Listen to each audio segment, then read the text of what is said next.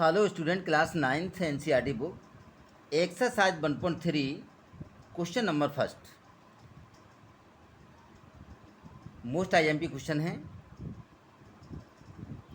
Right the following in decimal form and say what kind of decimal expansion. आपको question में करना क्या है, देखिए, आपको इसको डेसिमल फॉर्म में लाना है और बताना है what kind of decimal expansion, यानी किस प्रकार का डेसिमल एक्सपेंशन है, यानी टर्मिनेट डेसिमल एक्सपेंशन है या नॉन टर्मिनेटल डेसिमल एक्सपेंशन है। तो देखिए, टर्मिनेटिंग और नॉन टर्मिनेटिंग क्या होता है।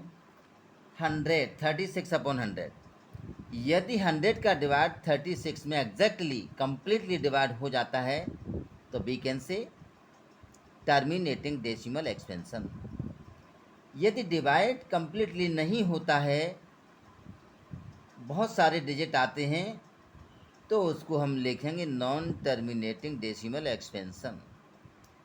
तो यहाँ 100 का डिवाइड 36 में कंप्लीटली हो रहा है, यानी 100 का डिवाइड 36 में करते हैं तो आपका आंसर 0.36 आता है। इसको कहेंगे terminating decimal expansion.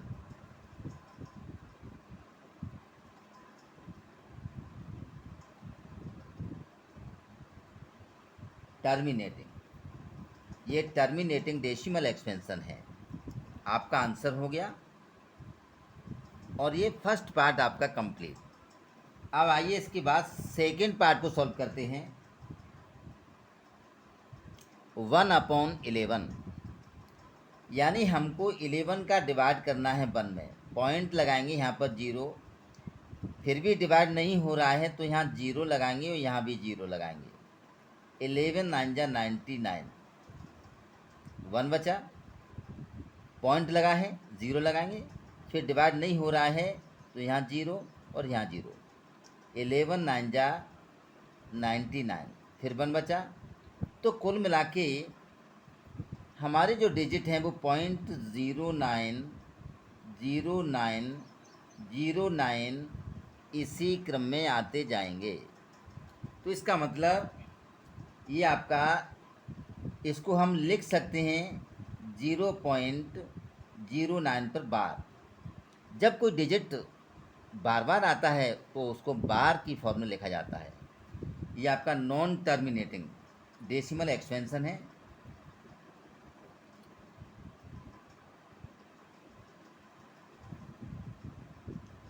And repeating,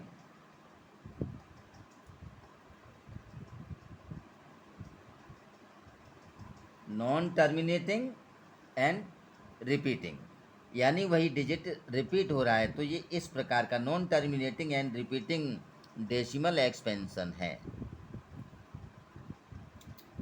अब इसके बाद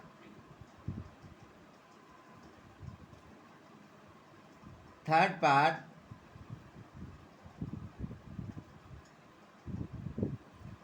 4/1/8, इसको हम इम्प्रॉपर फ्रैक्शन में चेंज करेंगे।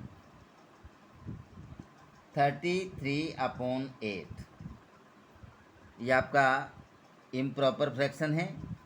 अब 8 का डिवाइड हमको 33 में करना है।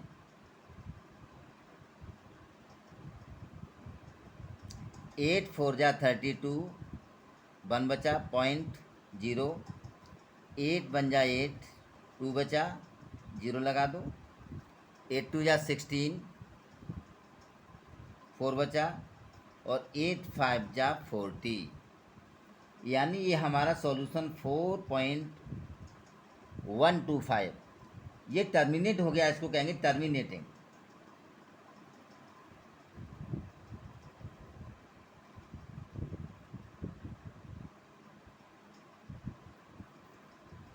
और यही आपका आंसर है।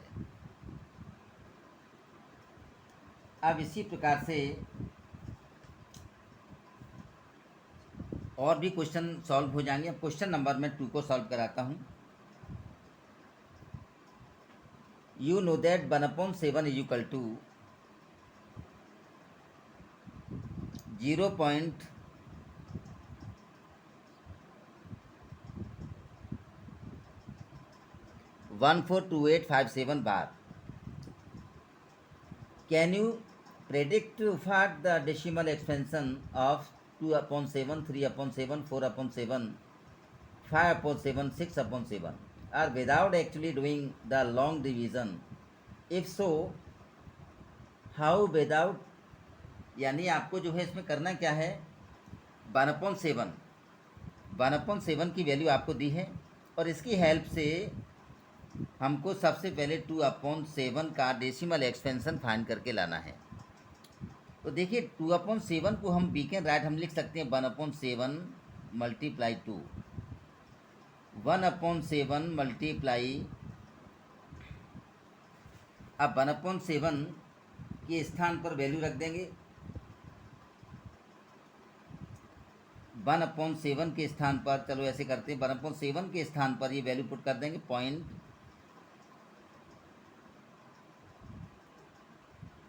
0.142857 रखा, इसके स्थान पर मल्टीप्लाई 2 का इसमें मल्टीप्लाई कर दीजिए। मल्टीप्लाई करने पर आपका आ जाएगा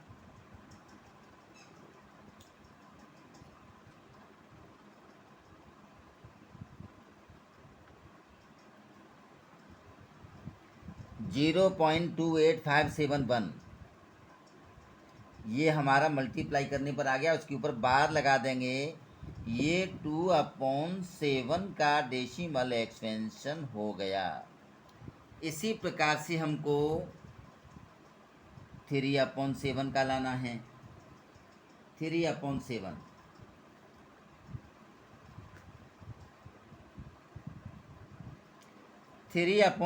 को हम लिख सकते हैं 1/7 मल्टीप्लाई 3। अब 1/7 के स्थान पर यही वाली वैल्यू पुट कर देंगे जो हमको दी है, 14285 मल्टीप्लाई 3। अब इसमें 3 का मल्टीप्लाई कर देंगे,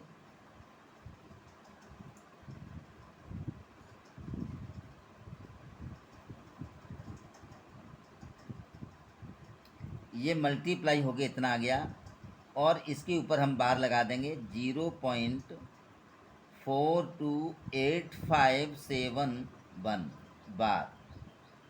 ये हमारे 3/7 का डेसिमल एक्सपेंशन होके आ गया।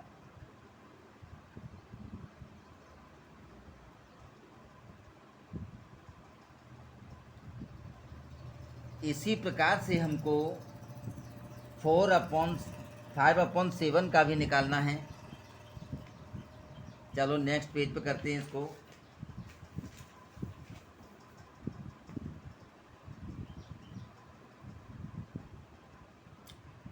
5/7, इसको हम लिखेंगे 1/7 मल्टीप्लाई 5। 1/7 की वैल्यू हमारे पास है 0.142857। इसमें हम 5 का मल्टीप्लाई कर देते हैं, तो 5 का मल्टीप्लाई करने पर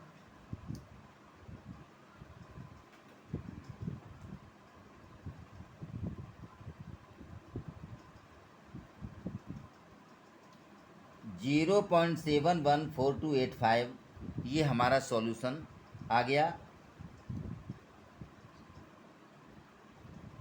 इस पे बार लगा देंगे, ये आपका आंसर हो गया, 5/7 का सॉल्यूशन आ गया।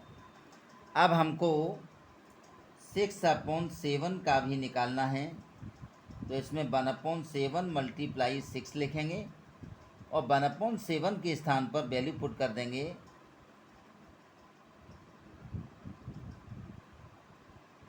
0.142857, इसमें मल्टीप्लाई कर देंगे 6 का,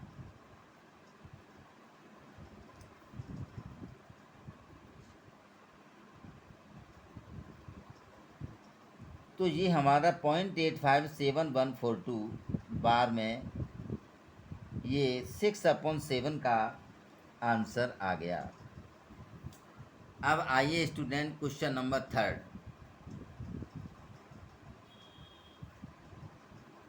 express the following in the form of P upon Q।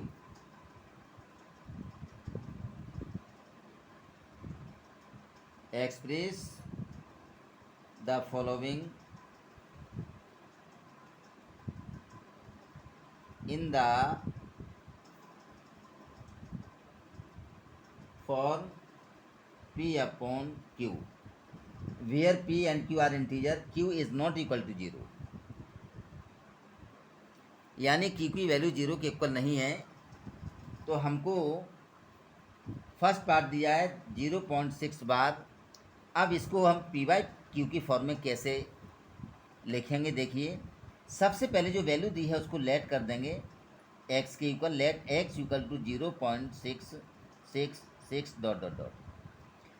Student इसमें ट्रिक है, जब डेसिमल के बाद 1 डिजिट पर बार होता है तो उसमें 10 का मल्टीप्लाई करते हैं, 2 डिजिट पर बार होता है तो 100 का मल्टीप्लाई करते हैं, और 3 डिजिट पर बार होता है तो 1000 का मल्टीप्लाई करते हैं।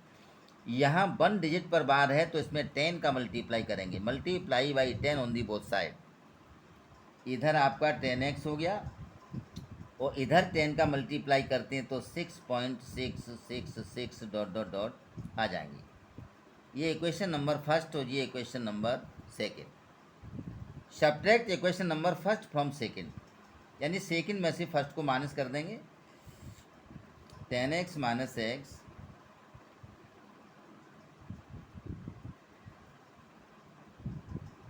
तो 10x में से x माइनस करेंगे तो 9x आएगा, और 6.666 में से 0.66 को माइनस करेंगे तो आपका 6 आएगा।